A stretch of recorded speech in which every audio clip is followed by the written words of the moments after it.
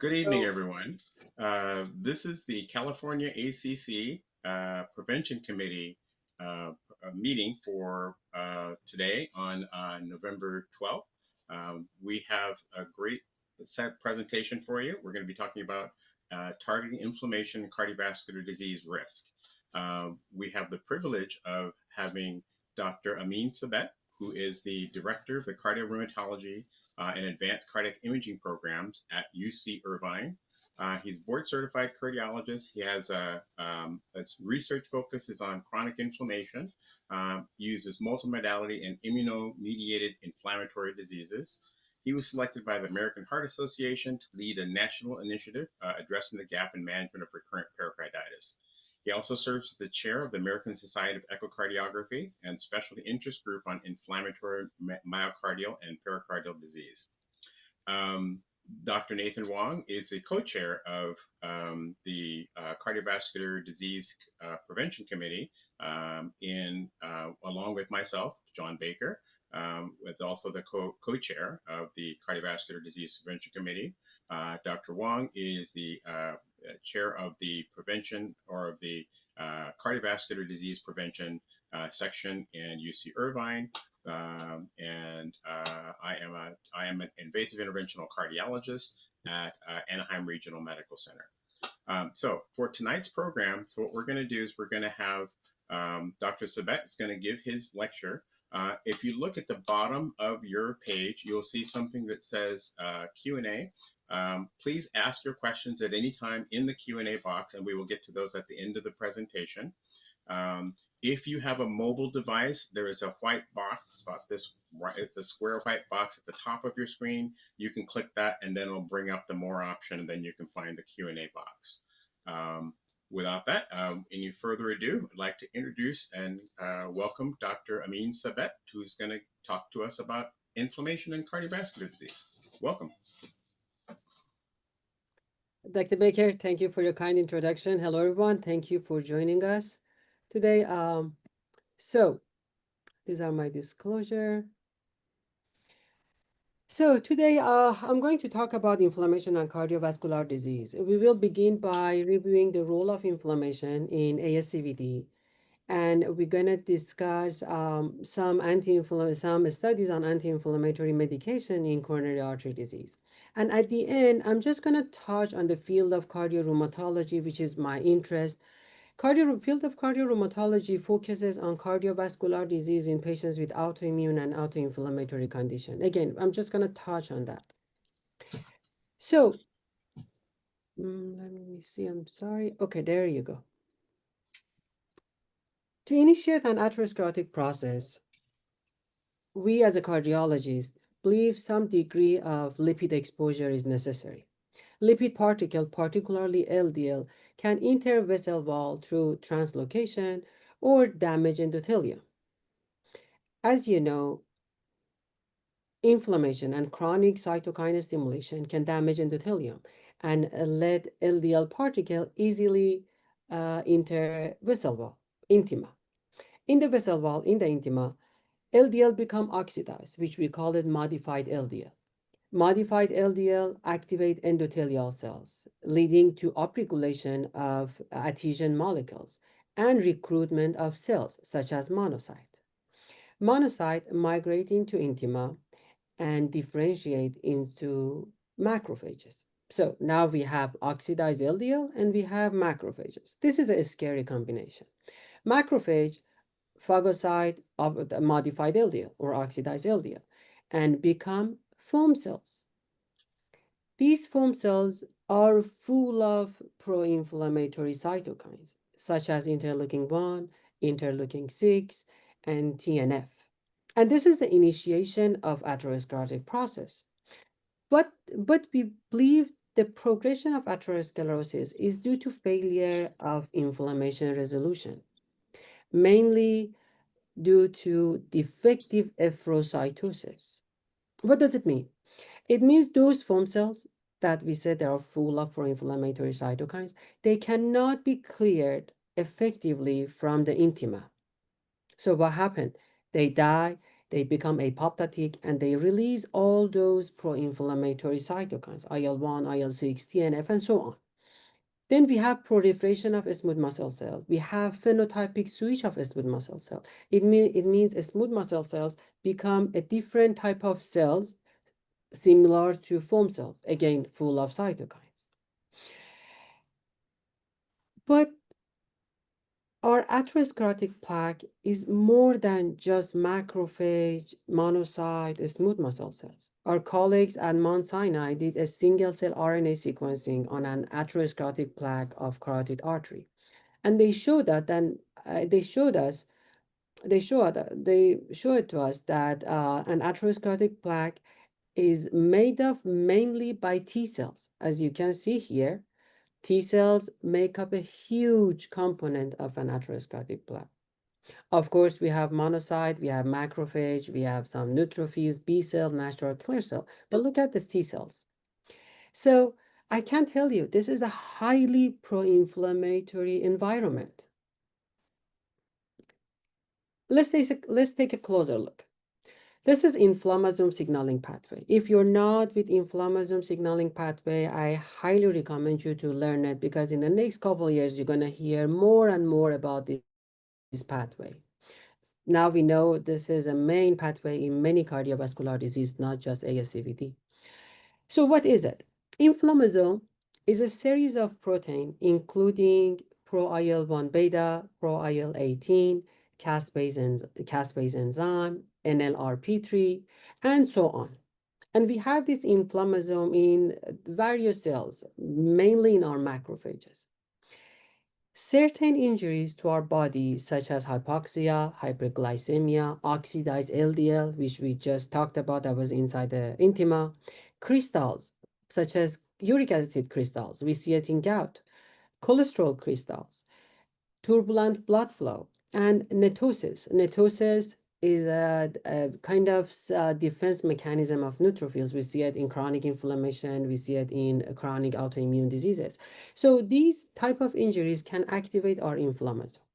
Inflammasome release pro-interleukin-1 beta and pro-interleukin-18, which converts to active form by caspase enzyme, which was inside the inflammasome.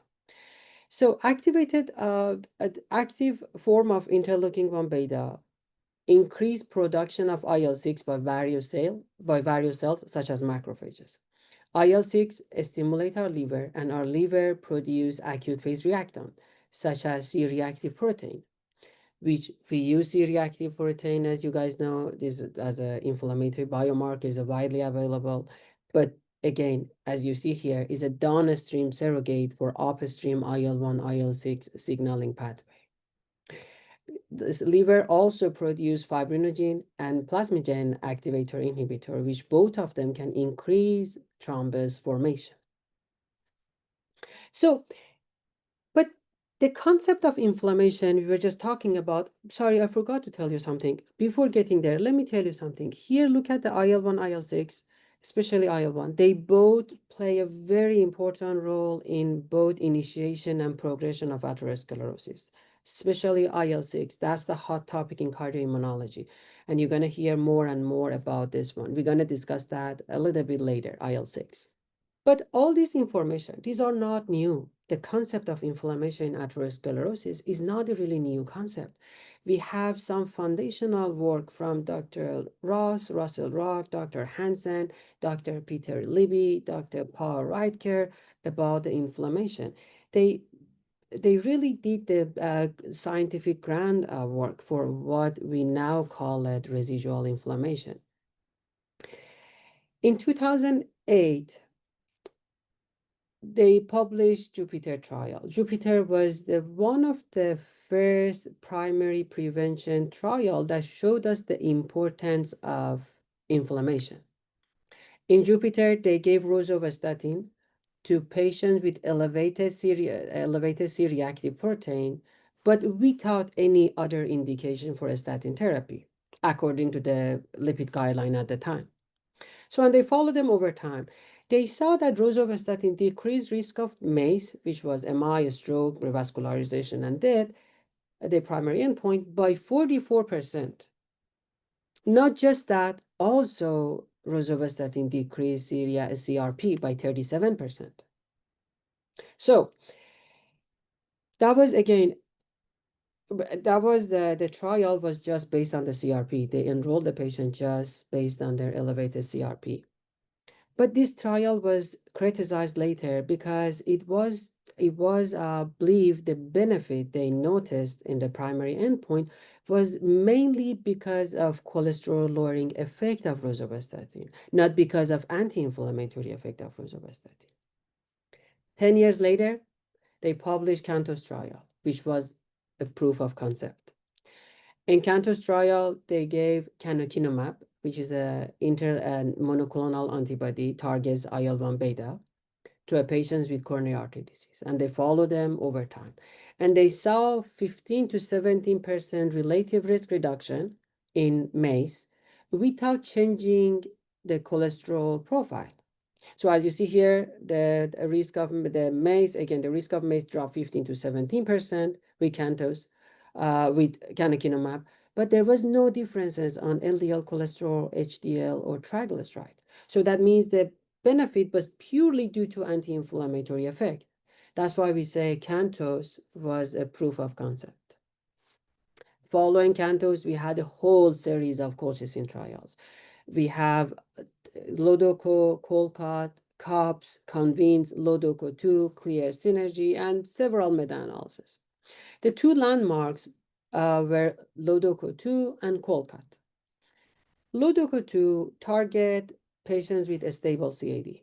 They gave low-dose colchicine, 0.5 milligram to 5,500 patients with a stable CAD, on top of guideline-directed medical therapy, such as a statin, whatever medications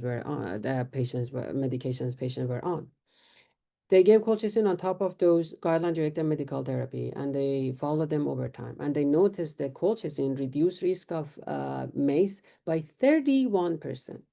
31%.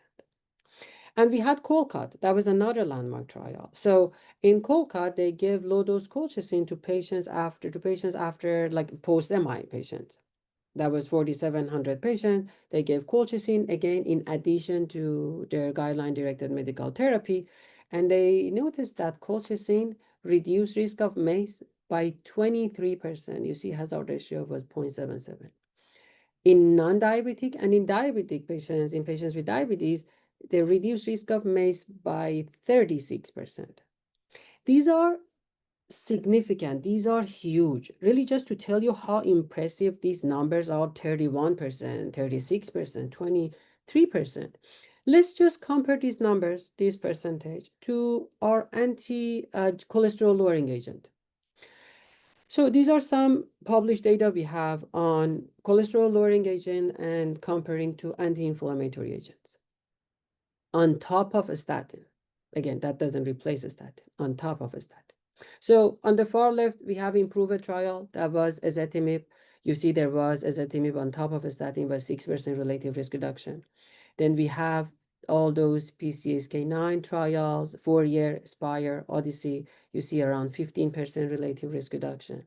Then you have CANTOS trial. We talked about it. That was IL-1 blocker agent. You see 15 to 17% relative risk reduction. Colcat, we talked about it. That was 23% in non-diabetic, and in diabetic patients was 36% relative risk reduction. Then we had Lodoco 2, 5,500 patients with a stable CAD, and we saw colchicine reduce the risk of MACE by 31%. So now we have colchicine in our guideline.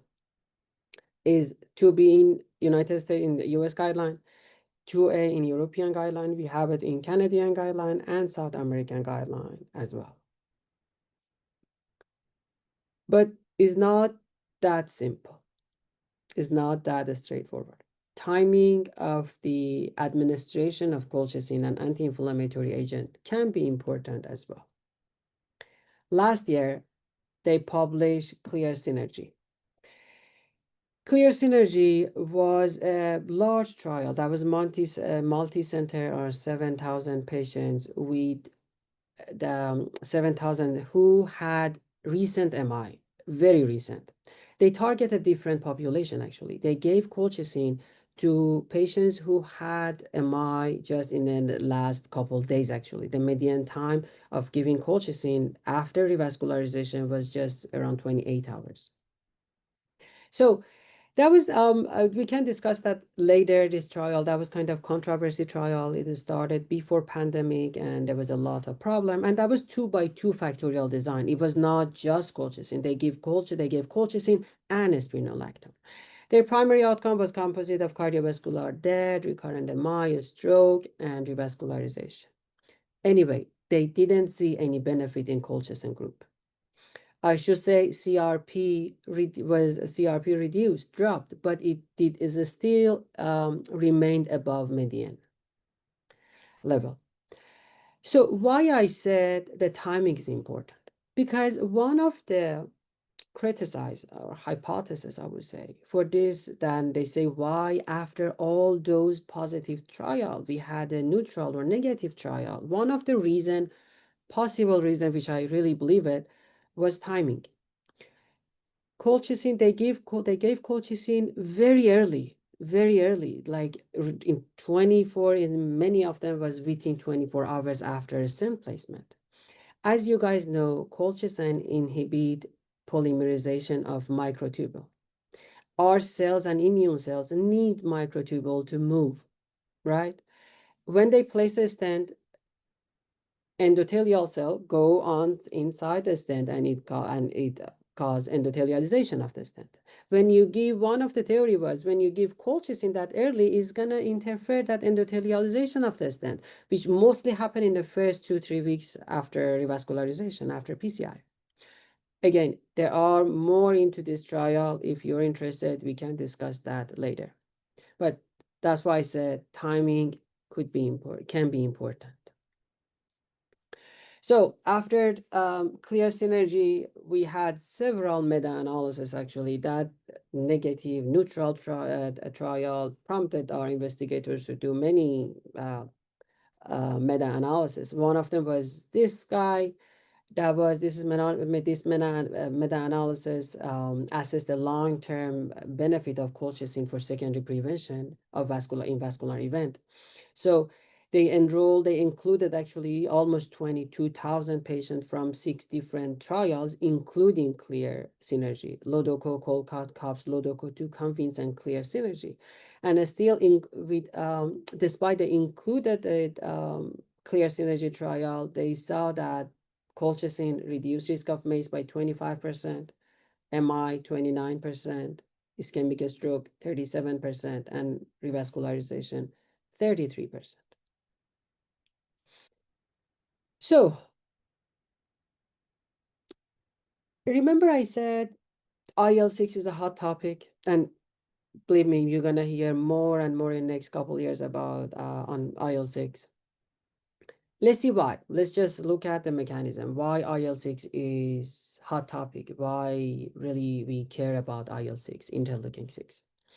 So interleukin-6, let's just look at the mechanism. Interleukin-6, as I mentioned, it stimulates our liver, and liver produce C-reactive protein. We use it as a biomarker. We talked about it, increased production of plasminogen activator inhibitor and fibrinogen, which can increase risk of thrombus formation. Its effect is stimulate our macrophages. Macrophages that increase production of MCP, which is monocyte chemo-attracting protein. So that can increase production of plaque, promote plaque formation. It increase LDL receptors on the surface of macrophage. It means macrophage phagocyte more LDL inside the intima. So it increase matrix metalloproteinase, which we know it has a role in plaque rupture. Also, it can increase IL-6 as well. So what else? IL-6 also can stimulate our smooth muscle cell and endothelial cell, increase proliferation of smooth muscle cell, endothelial dysfunction, it upregulate actually adhesion molecules such as ICOM, BCOM, and also can affect on our T cells and convert them to cells inhibitor and spread inflammatory response, and all can lead to atherosclerosis. ISX is very important. But these are not a new science. We've known that. 25 years ago, Dr. Paul Reitger showed that people with elevated IL-6, they have higher risk of MI. Also, we have a very powerful meta-analysis was published actually 10 years ago in European Heart Journal, showing that people with elevated IL-6 level, they have greater risk of all-cause mortality. So interestingly, after CANTOS trial, CANTOS as we said, that was IL-1 blocker agent, right? Canakinumab. After CANTOS trial, they did a post-study analysis, and they noticed people with greater cytokine inhibition, they had greater risk reduction, actually. So, for example, on the CRP, they checked their CRP, and they noticed people whose CRP dropped below median, there was 25% reduction in risk of MACE. But if CRP remained above median, that was only 5% reduction. So look at here, that's interesting. And on IL-6 group, for the people whose IL-6 dropped below median, that was 36% reduction. This is huge. The whole trial showed the reduced risk of MACE by 15 to 17%, 15 to 17%. For those people whose IL-6 dropped below median, that was 36% reduction in risk of MACE. And if IL-6 did not reduce below median, there was no benefit.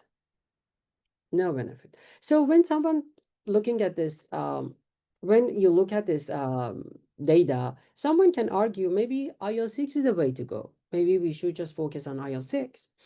And actually, they did a MESA study that was on, this one was on 7,000 patients, 7,000 patients asymptomatic actually with CAD. And they compared IL-6 and CRP as a predictor, as a risk assessment, cardiovascular risk assessment. And they noticed that IL-6 is a stronger predictor for atherosclerosis, heart failure, and fatal and death compared to C-reactive protein.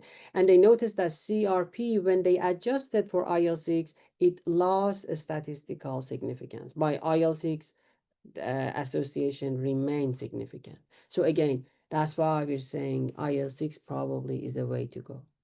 And it's not just me and you guys, there are many investigators all over the world. They are working, they are running different trials assessing the effect of IL-6. So now we have several trials assessing the effect of IL-6 inhibitor in different cardiovascular abnormalities. And I'm proud and honored to say we, UCI, actually participate in many of these trials. So there are there are several really studies several anti-inflammatory agents that have been evaluated and have been studied in cardiovascular diseases. There are really numerous of them. But let me tell you one thing, is not a class effect, is not like all the anti-inflammatory agents are going to provide same benefit. This is SEER trial. It was published in 2018. In SEER trial, they gave low-dose methotrexate to patients with coronary artery disease, with ASCVD. Bottom line, they didn't see any benefit. No benefit in low-dose methotrexate. But the interesting part was here. They didn't see any changes in IL-1 level, IL-6 level, or even C-reactive level. To be honest, it was not surprising. Let me tell you something. Remember we were discussing inflammasome signaling pathway. We say how important it is.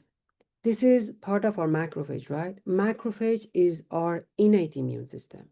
Our immune system has two components. Innate immune system, which is macrophages, our endothelial cell, skin, macrophages, neutrophils, natural killer cell. That's innate immune system, which the problem of that is called autoimmunity. And we have the other part of our immune system is adaptive immune system, which is B cells and T cells. And this regulation of our adaptive immune system is called autoimmunity. This is auto-inflammatory. Sorry, the for the innate immune system is auto-inflammatory, and this regulation of adaptive immune system is autoimmunity.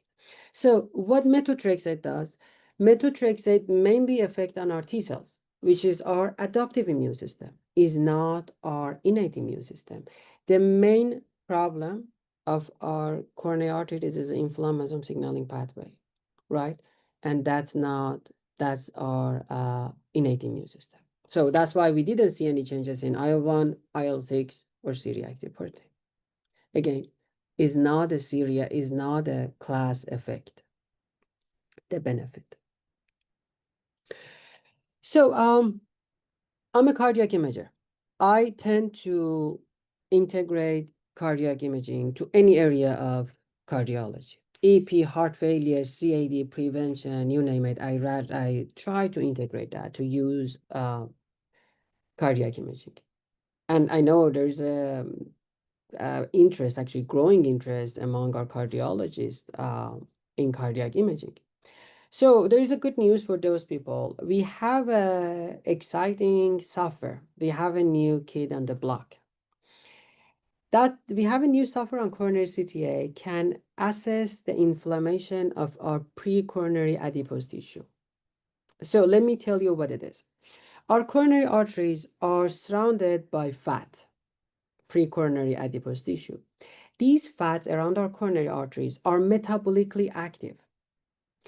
They can become inflamed, they can produce cytokines, and we can assess this inflammation by this new software. So as you see here, we can assess that because that inflamed pre-coronary adipose tissue can change the Hansel unit, and we can assess that. The way we calculate that inflammation is called Phi, Fat Attenuation Index. And we have many, like several studies showing that Phi has a very great, actually, prognostic value. One of the landmark in this field was orphan cohort study, which was on 40,000, actually 40,000 patients from 8 different hospitals in UK who underwent a coronary CTA. So they assessed the inflammatory risk and cardiovascular event in patients with and without obstructive coronary artery disease. Let's see what they showed. Here you see it in quartile. The quartile, the blue line here you see. These are the people with a very low Phi, fat attenuation index. Let's say very low inflammation baseline. And these are the people quartile 4, people the most inflamed. Phi score was the highest.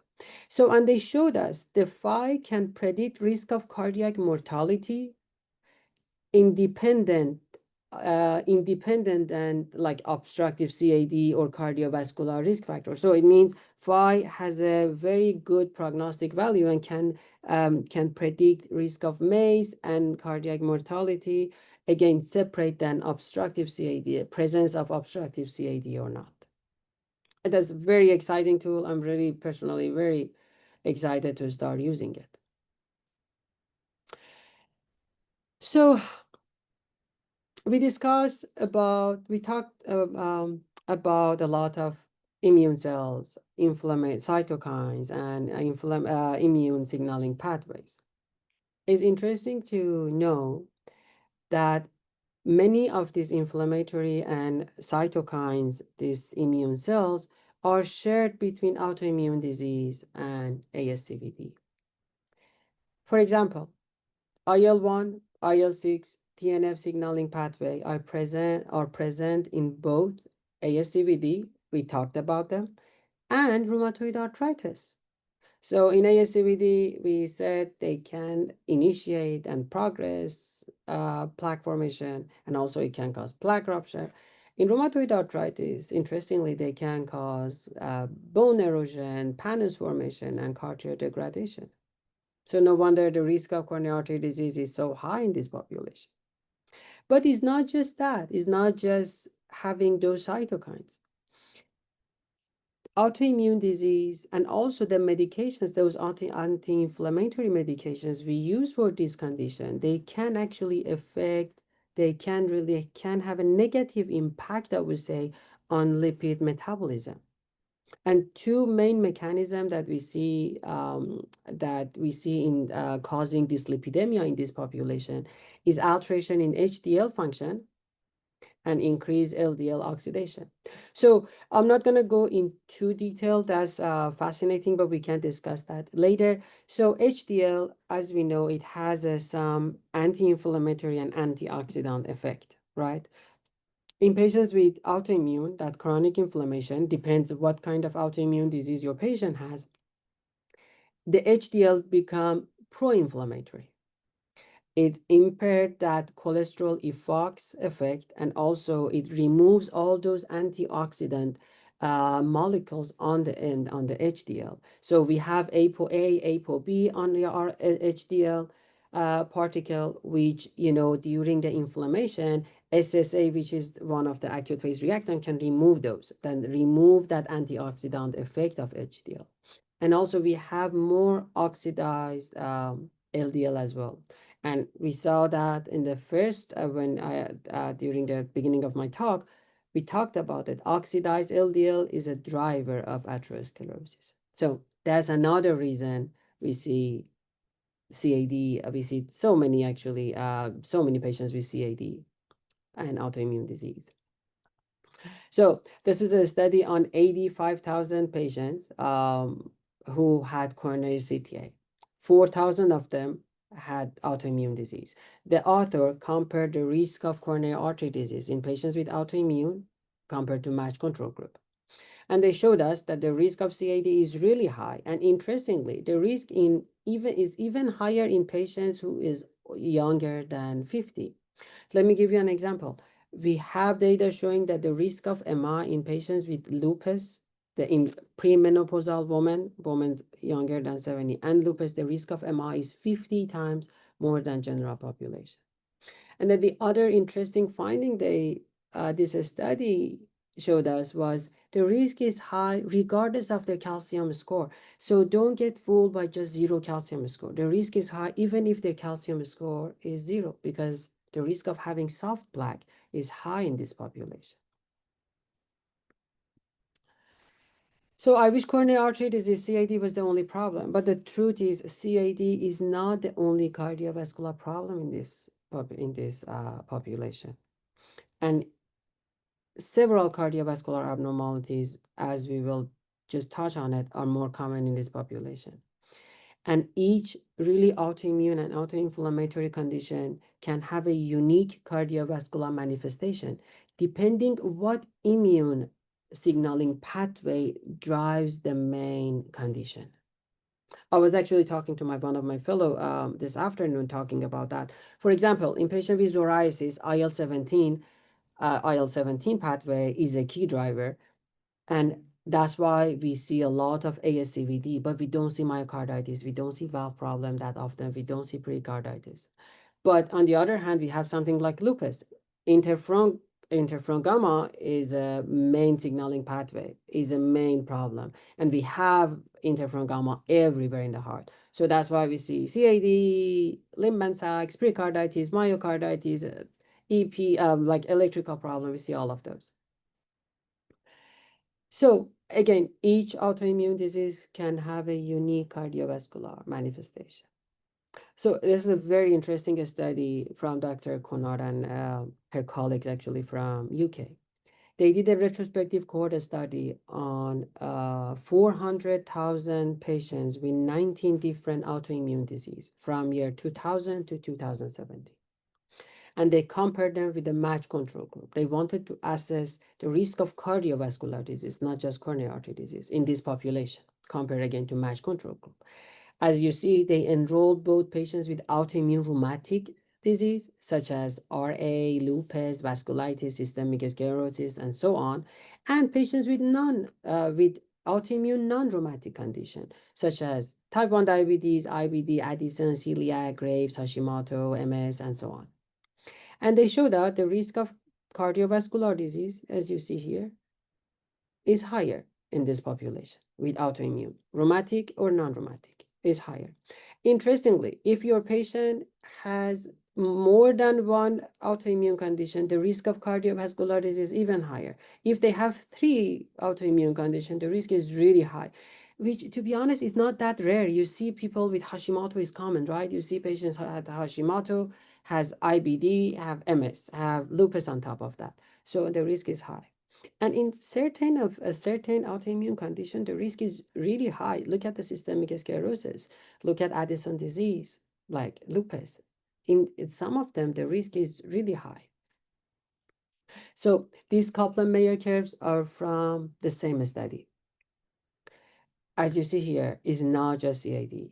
Several cardiovascular abnormalities are more prevalent in patients with autoimmune condition. The blue lines are patients with autoimmune, and the red lines are patients with sorry, the red line are patients with, yeah, it's patients with the match control group, and blue line are autoimmune disease. So look at that. Ischemic heart disease, peripheral arterial disease, venous thromboembolism, valve disease, a stroke, heart failure, AFib, conduction disease, SVT, aortic aneurysm, myocarditis, precarditis, infective endocarditis, they all are more common in patients with autoimmune disease. And the most common ones were myocarditis, precarditis, infective endocarditis, and PAD. CAD was not even one of them, but you see the risk is high. So thanks to advances in technology and cardiac imaging, now we have all the tools we need to detect these cardiovascular problem at earlier stage and intervene on them. We are way beyond just a boring, very informative but boring treadmill test or echocardiogram. We have a strain echocardiogram can detect subclinical systolic dysfunction. Sometimes 2D echo doesn't show anything. We see the problem on strain echo. We have cardiac CT, which is a growing interest on cardiac CT. Cardiac CT is a great modality to assess the anatomy of the heart, to see, to evaluate the heart for any masses, intracardiac lesions. We have coronary CTA. We can see inside the coronary artery lumens for both soft plaque, calcified plaque, and our new kid on the block to show us the inflammation in precoronary adipose tissue. We have cardiac MRI. This is my interest. I have very low threshold to use it. It's a great modality for tissue characterization. We can assess both pericardium and myocardium for edema, for a scar. Is a gold standard, as you know, for chamber sizes and heart function. We can use it. We can also use it for microvascular dysfunction. We can use it for stress, for rule out ischemia as well. Now we have T1, T1, T2 mapping, which we can quantify the amount of inflammation and fibrosis in myocardium.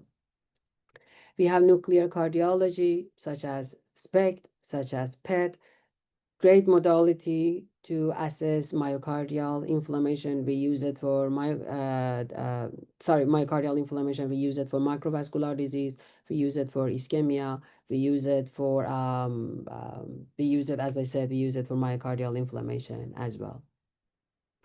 So, okay, of course, there are way too many inflammatory disease, autoimmune disease to cover just today. But I would be happy to take any question if you guys have about your patients.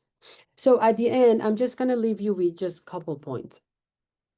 First, the role of inflammation in ASCVD is no longer a hypothesis. Now it's an established therapeutic target. We talk about colchicine, IL-6 inhibitor, the medications are coming to the market. Just last week, they published the benefit, just the AHA, I was at the AHA, there was a poster talking about using IL-6 in post-MI. So you're going to hear more and more about IL-6 inhibitor. So CRP, if you don't use check your CRP on your patient, please start doing it. Please, is cheap, really is cheap, is widely available. And if your patient's C-reactive protein hsCRP is high despite being on high intensity statin, please consider low dose colchicine. Extremely safe. Patients usually will tolerate that, and it's been out there for a long time. It's a really it's been 2000, it's been 2000 years that colchicine is out there actually.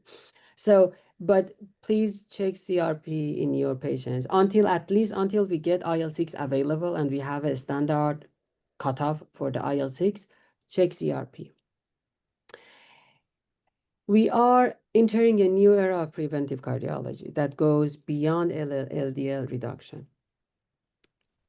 It's not an either or situation. I'm not saying we should not check LDL. I believe we have to be very aggressive in managing both residual hyperlipidemia, checking LDL, and managing LDL, and also residual inflammatory risk by checking C-reactive protein. So, and at the end, don't forget your patients with autoimmune rheumatic conditions. The cardiovascular is significantly elevated and usually overlooked. Thank you so much for your attention, and I'm open to any question you guys have. Well, thank you Outstanding very much, presentation. Dr. Sabat, for your fantastic lecture as usual, and also for presenting at our recent Orange County Symposium as well. Your lecture there was well received. So we do have time for a few questions. Let me just begin the discussion um, by by asking you, to clarify to make sure everyone understands why it's the slightly lower dose colchicine, the 0.5 milligrams. It's recommended for chronic use as opposed to the zero point 0.6 milligrams. And Great. the other thing is that we still, from what I understand, very few physicians even know that this is now FDA approved for reduction of cardiovascular events, regardless of your level of HSCRP, right? The label does not say to only consider it in people with, elevated HSCRP, since the clinical trials were done in a wider range of patients, right, with irrespective of HSCRP levels. So your comments about that, and should we, really be measuring HSCRP levels, right? It's currently not recommended in any guidelines except as a risk enhancing factor, and it's still quite infrequently measured. We have the same problem, as you know, with lipoprotein little a being infrequently measured. So this, some of your comments about these points. Of course. So first question, those are the great questions. First question, 0.6 versus 0.5. First of all, I'm someone that I rather to do evidence-based. I rather to practice evidence-based. All the evidence on 0.5, not really 0.6. But really, what's the difference, like scientifically, what's the difference between 0.5 and 0.6?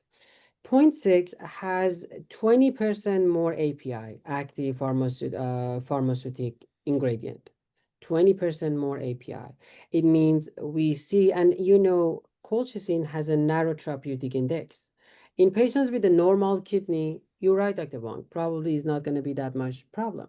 But these are not the medications that patient is going to take it for a few days. It's like a statin. They're going to stay on it for a long time, probably for their life. And as we get older, our GFR is going to go down. And that's when we're going to see a problem with 0.6 if the GFR goes down. Because then we're going to see, again, it has a narrow therapeutic index. It means the toxicity, when it gets to the range of toxicity, is very close to the therapeutic range, right? That's why it's called that's the meaning actually of narrow therapeutic index. So since 0.6 has 20% higher API, the chance of going to, if GFR goes down, I'm not talking about even as like a stage 3B, I'm talking about even like a stage 3A or 2. If GFR goes down, we might see some toxicity with 0.6. That's That's the scientific reason. And we have, I think, couple of meta-analysis, actually huge ones, that they didn't see that much GI side effect with 0.5, but they noticed GI side effect in those 0.6 and above. You know, GI intolerance is one of the side effect actually for colchicine. And they noticed it on that meta-analysis that 0.5 doesn't cause that, but 0.6 and above, it can cause that. So that's the really scientific reason why 0.5, why 0.5, why not 0.6.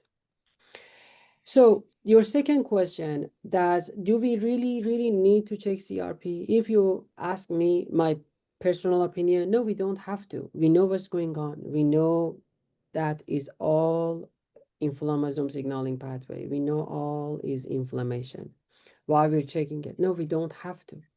But again, if you go by data, FDA, you're right. In FDA, they did not recommend that. FDA, they did not mention CRP. They said low dose colchicine is going to reduce risk of, MACE, revascularization, MI, all of those. But they didn't mention anything about CRP. You're right. Why I'm doing it, again, because I just want to follow that evidence base. All the trial we had, they checked it. Hopefully one time, I think in Emory, in AHA, they were saying that they are doing a study on patients without checking checking the CRP. They're gonna use colchicine in patient with statin intolerance.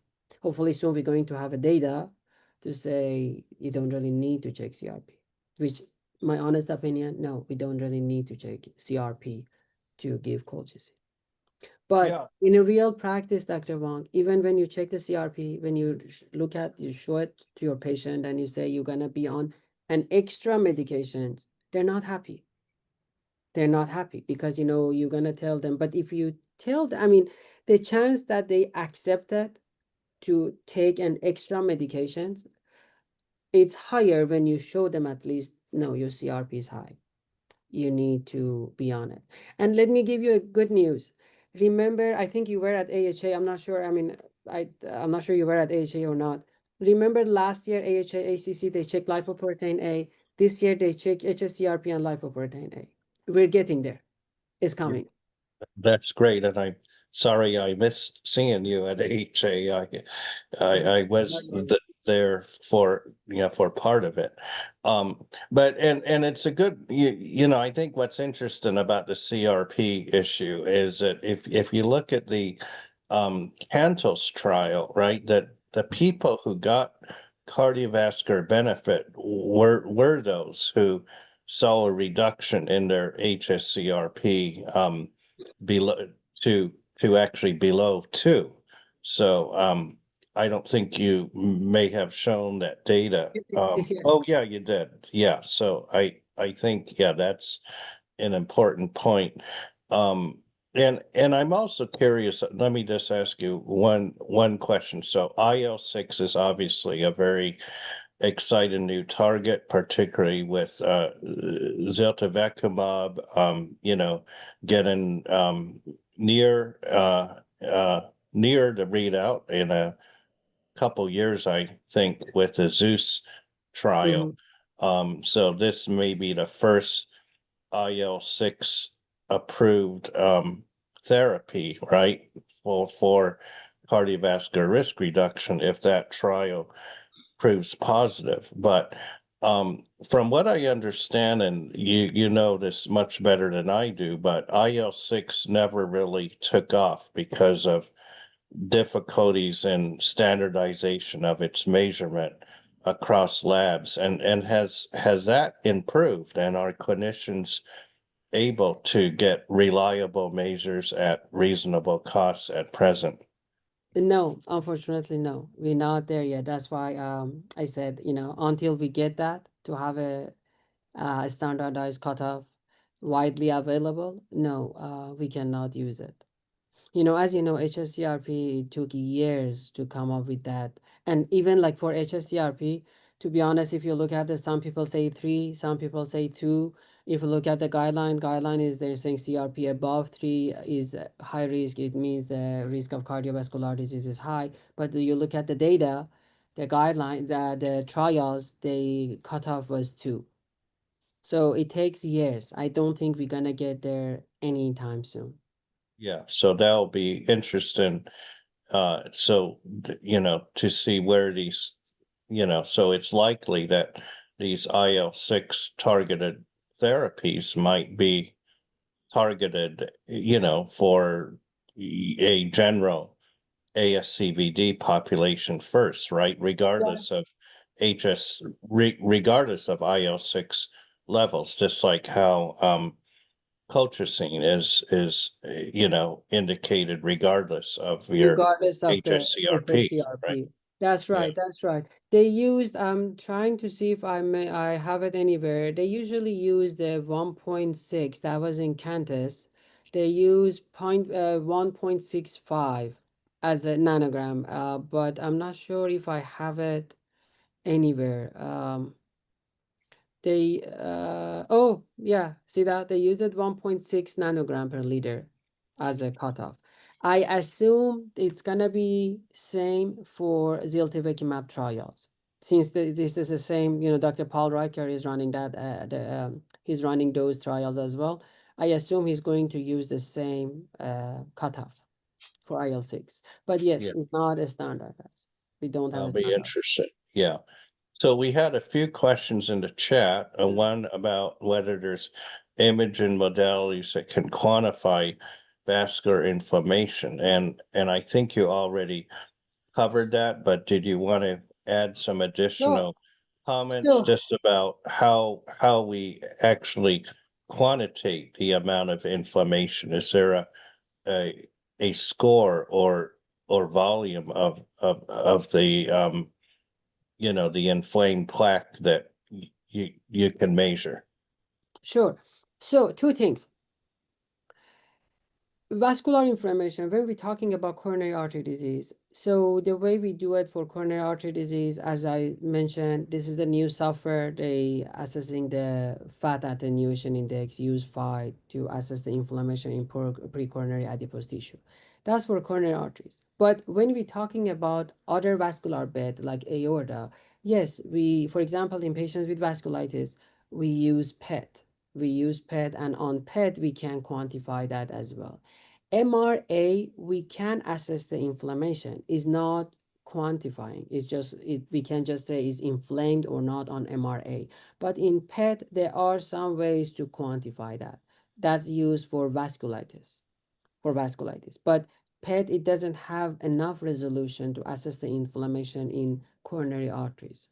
That's why we don't. And the tracer we use for PET doesn't really, coronary arteries are not gonna just light up on PET, the one we use So for PET. are there any imaging techniques that where you can quantify inflammation that don't require um contrast injections yeah, so a completely non-invasive manner? You're talking about coronary arteries or or other vascular bed? Well, I guess either, yeah. So for coronary arteries, no. Bottom line, well, no, there is not. So the phi, as I said, as CT for coronary arteries. For vascular inflammation like vasculitis, we use it for Takayasu, we use it for giant cell. We can do cardiac PET. We can do PET. PET, but it's non-invasive. It has radiation, but it's non-invasive. We can quantify vascular inflammation by PET. Yes, we can do that. And I think Dr.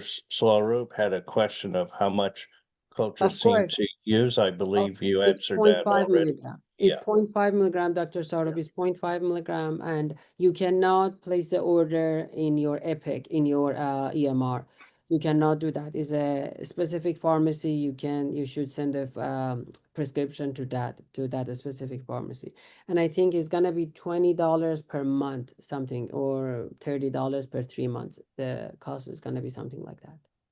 Yeah, so for a therapy that has been shown to have risk reduction that is, comparable or even greater than some of the newer lipid lowering therapies. I mean, Oh, that's very inexpensive, and it is. yeah, yeah, exactly. This is a compelling slide, although, I think we all have to understand the fact that, some of the PCSK9 trials, particularly Fourier and Odyssey, and we know Spire 2 was discontinued prematurely, but Fourier and Odyssey only went for 2.2 years, right? And of Right. course now we have the recently reported Vesalius study that went Mhm. 4.5 years and shows a 25% risk reduction. So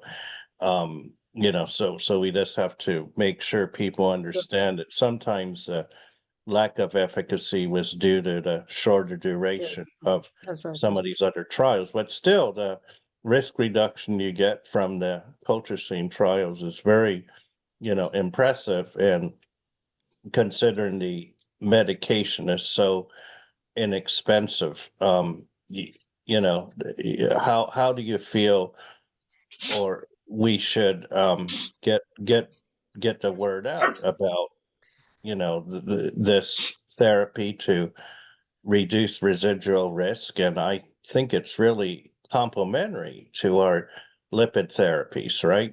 We have different mechanisms that these act on, so they can really be used together with our other risk reducing therapies, newer lipid therapies, even GLP-1 receptor agonists, and get complementary additive effects on reducing residual risk.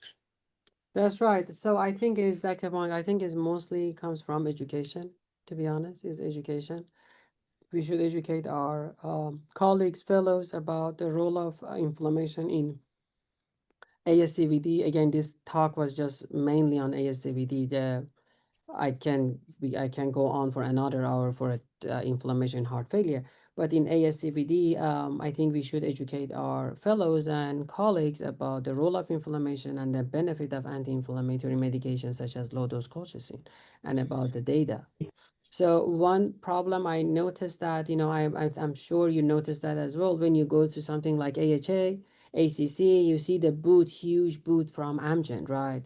From Amgen, from Pfizer, from those big names, Novartis. But when you go to the low-dose colchicine is a small family-owned pharmaceutical company, is a small booth.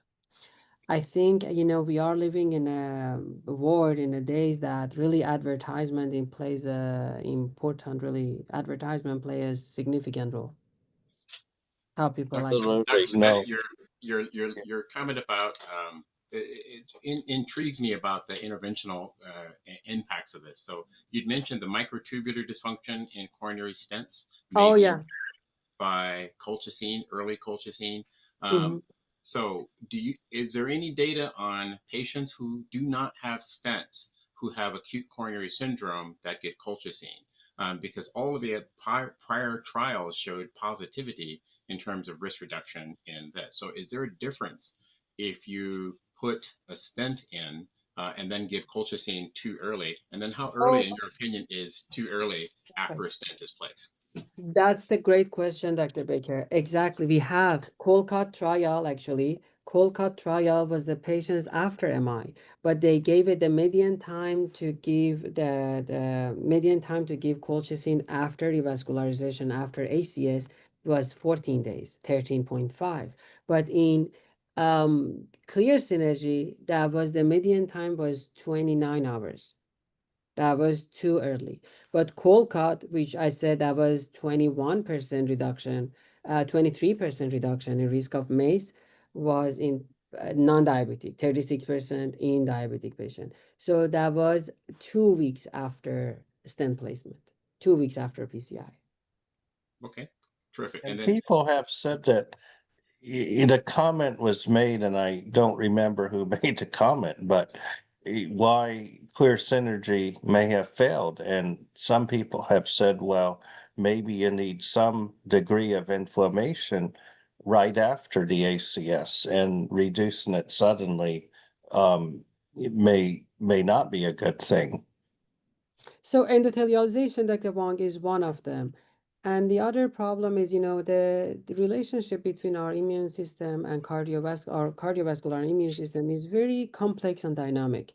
I agree. I believe whoever said that, I believe we need some degree of, because, we have M1, M2 macrophages. We have pro-inflammatory and anti-inflammatory macrophages.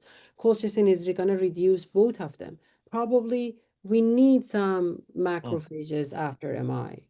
But again, that's what I believe as well. But I think the main problem of the clear synergy, like scientifically, was really endothelialization of the stent.